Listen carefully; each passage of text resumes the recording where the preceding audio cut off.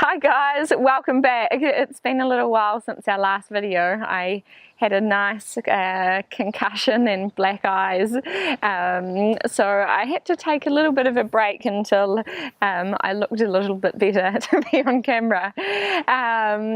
A horse-related accident, obviously.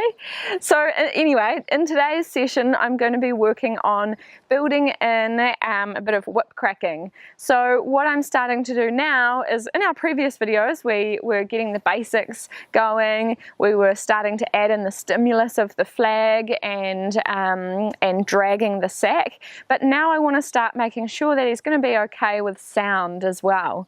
So although the crack of the whip isn't going to be anything in comparison to the gun, it's a starting place, and like in our last video we talked about starting small and then increasing until we've built that confidence. Whereas if I came out here straight away with a gun, I'm likely to lose his confidence and his trust and then have to try and build it back up again. So let's start small, build up, and hopefully it all just goes smoothly.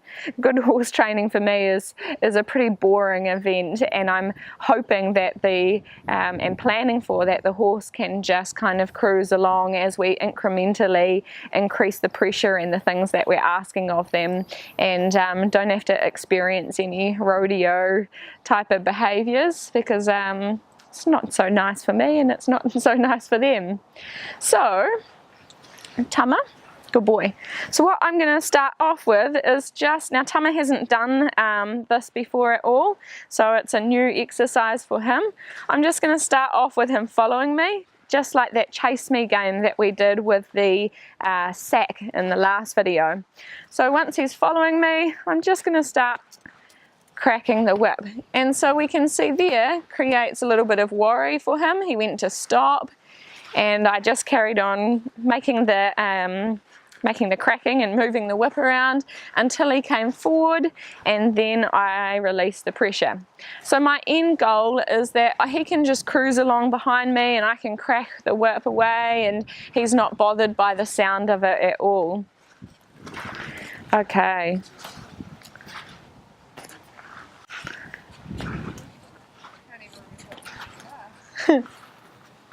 So what I'm seeing here is a little bit of freeze behavior. So a lot of people mistaken this for a quiet horse, but what can happen, and what it really is the horse going into the freeze state. So that's no different really to a horse bolting off on us.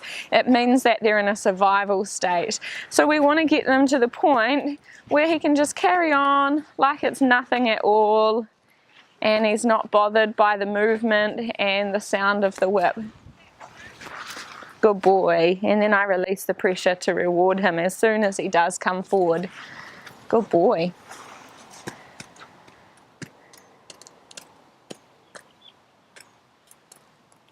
Okay, come on.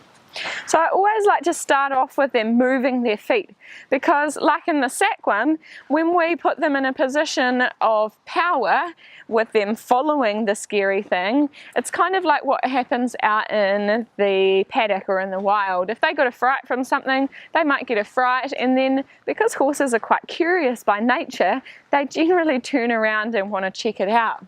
So putting them in this position where I'm getting him to follow the scary thing, I'm kind of simulating what would happen naturally. So I find it builds up their confidence and their acceptance to scary things a lot quicker than it would if I was to approach him with the whip.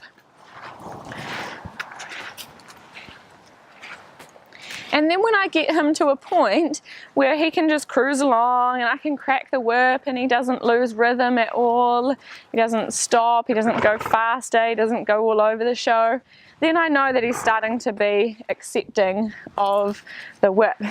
And that's when I might start seeing if can I do this with him standing still as well. The problem with a lot of desensitizing that's done is people do it with the horse just standing still, and instead of teaching the horse to accept the stimulus, they teach them to shut down to it and to just cope with it.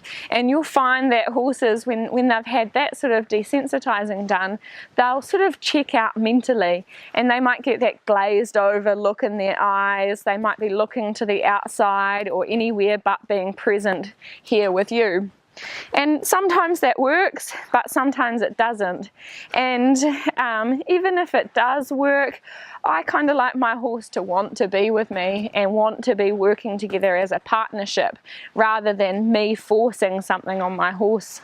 So that's why I really like this way of working with the horse and getting them to a happy place with it all. So that's starting to look a whole heap better. He slows down a little bit, but there's nowhere near as much resistance as there was when we first started, and he kind of wanted to come to a complete stop, and he was quite worried about that. Good boy. I think I need to get a proper bull whip or something to do this with. Good boy. Go man.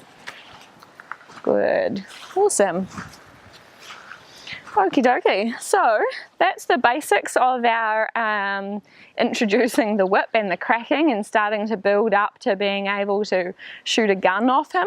So in our last video we were using the sack to start building up towards being able to carry or drag an animal, and now we're starting to build up towards being able to shoot a gun on or near our horses without them getting worried about it. Good boy.